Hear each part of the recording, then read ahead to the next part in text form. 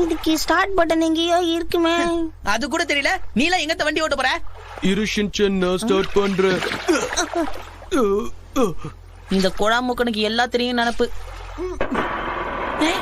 ஐயா ஸ்டார்ட் ஆயிடுச்சு. Super super. சீக்கிரம் ஏறி உட்காருங்கப்பா, நாம கிளம்பலாம்.